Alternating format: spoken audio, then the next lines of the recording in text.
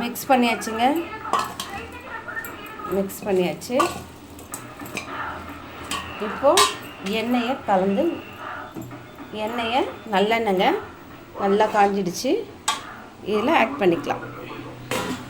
எண்ணெயை நல்லா ஊற்றிக்கலாம். நிறைய எண்ணெய் ஊற்றினாதாங்க நல்லாயிருக்கும்.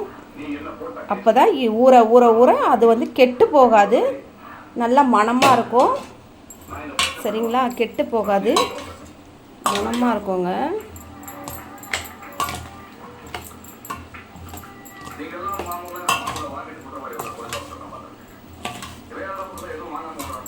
நிறைய எண்ணெய் இருக்குன்னு நினைக்காதீங்க.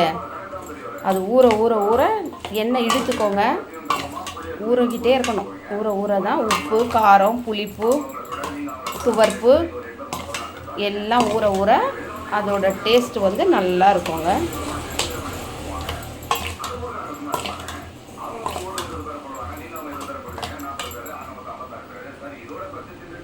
அவ்வளோதாங்க. பாய். நைட்டு சாப்பாடு வீடியோ பார்க்கலாங்க.